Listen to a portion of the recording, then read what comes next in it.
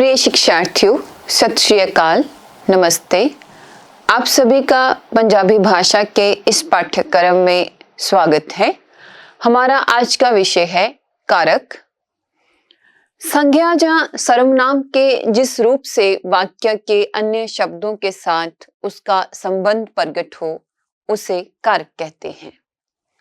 इस परिभाषा से यह अभिप्राय है कि संज्ञा या सर्वनाम के साथ ने, नु, नाल, दा इत्यादि विभक्तियां लगती हैं, तब उनका रूप ही कारक कहलाता है।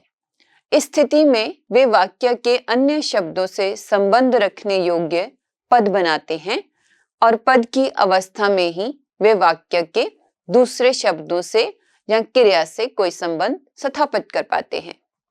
ने, नु, नाल, दा आदि विभिन्न विभक्तियां विभिन्न कारकों की हैं। इनके प्रयोग से ही कोई शब्द कारक पद बन पाता है और वाक्य में इस्तेमाल करने के योग्य हो पाता है। सरल शब्दों में यह कहा जा सकता है कि संज्ञा अथवा सर्वनाम का संबंध क्रिया से जोड़ने वाले चिन्ह अथवा शब्द ही कारक कहलाते हैं। जैसे अध्यापक ने स्कूल विच विद्यार्थियों तो काम करवाया। इस वाक्य में अध्यापक ने स्कूल विच विद्यार्थियों तो संज्ञाओं के कारक की रूपांतरण है, जिनके द्वारा इन संज्ञाओं का संबंध काम करवाने की क्रिया से जुड़ता है। पंजाबी में कारक के भेद। पंजाबी में कारकों की संख्या 8 मानी गई है। जैसे कर्ता कारक, कर्म कारक, करण कारक, संप्रदान कारक, अपादान कारक, संबंध कारक, अधिकरण कारक, संबोधन कारक। कारक के विभक्ति शब्दों के चिन्हों को आप अपनी स्क्रीन पर देख सकते हैं। कारक के विभक्ति शब्दों को चिन्हों को आप अपनी स्क्रीन पर देख सकते हैं। कारक के विभक्ति चिन्ह। कारक की पहचान के चिन्ह में लक्षण निम्न प्रकार हैं। कारक कर्ता, लक्षण जो काम करे, चिन्ह ने, विभक्ति प्रथम।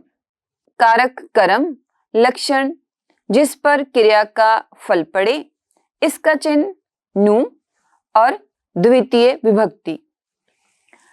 तीसरा करण कारक। करण कारक का लक्षण काम करने का साधन, चिन्ह नाल और विभक्ति तृतीय।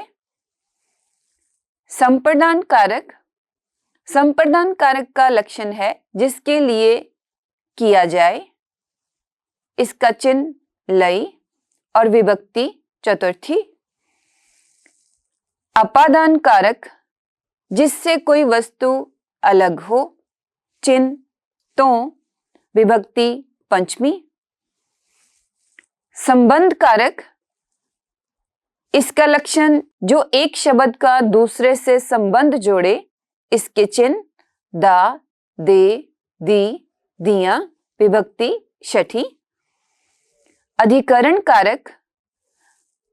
लक्षण जो क्रिया का आधार हो, चिन्ह विच, विभक्ति सप्तमी।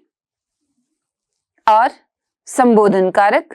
इसका लक्षण जिससे किसी को पुकारा जाए, चिन्ह जैसे ओए, पुत्रा, नी, तिये इत्यादि। विभक्ति संबोधनी रूप। विभक्तियां सभी कारकों की स्पष्टता के लिए संज्ञा या सर्वनाम के साथ जो प्रत्यय लगाए जाते हैं उन्हें व्याकरण में विभक्तियां कहते हैं। चलिए अब कारक के अलग अलग भेद पर चर्चा करते हैं। सबसे पहले कर्ता कारक।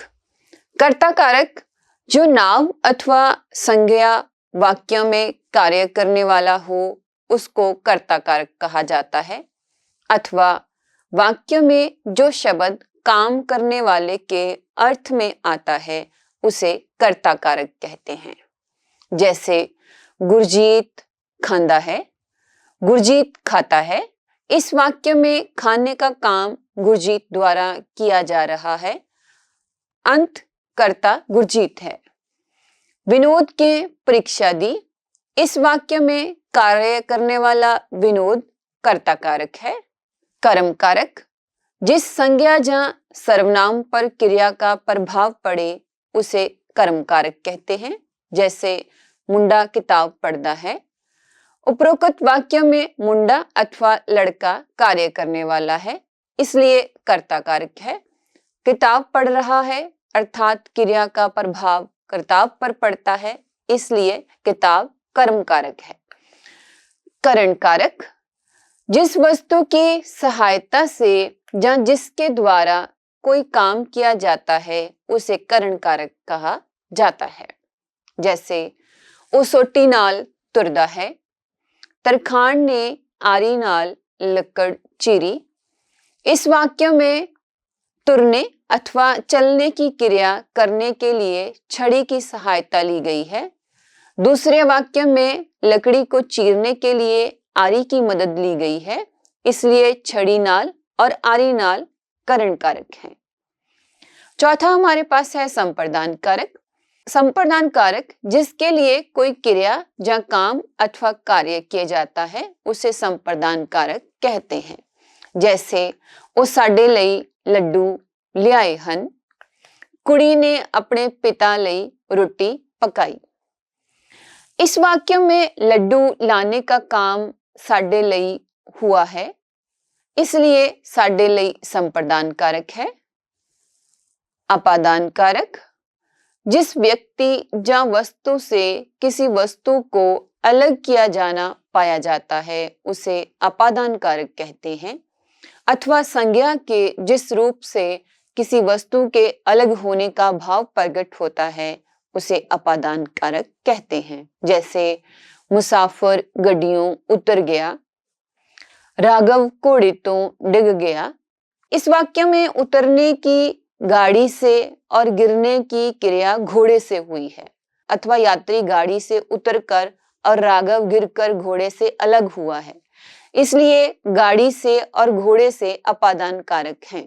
संबंध कारक, जिस नाम अथवा संज्ञा से बाद में दा, दे, दी, दियां इत्यादि संबंधक आकर उस संज्ञा का किसी और संज्ञा के साथ अधिकार या मालकी वाले संबंध स्थापित करें उसे संबंध कारक कहते हैं। जैसे भारत दी धरती, किताब दा पन्ना, परमजीत दा साइकिल इत्यादि। अधिकरण कारक, जिस जगह वस्तु इत्यादि के बीच में या ऊपर कुछ रखा या पाया जाता है उसे अधिकरण कारक कहते हैं।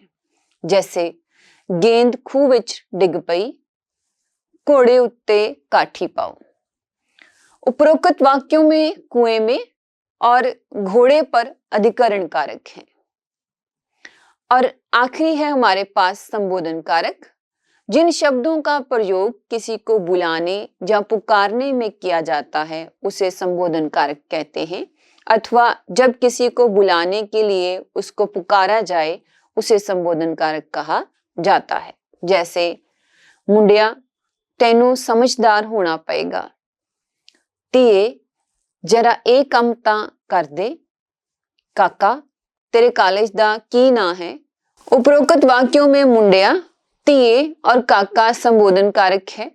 सो प्रिय शिक्षार्थियों, इस प्रकार आज हमने पंजाबी में कारक के बारे में उदाहरण के साथ चर्चा की है। आप इस वीडियो को एक से अधिक बार देखने का प्रयत्न करें, जिससे कारक के बारे में आपको और स्पष्टता प्राप्त हो सकेगी। धन्यवाद।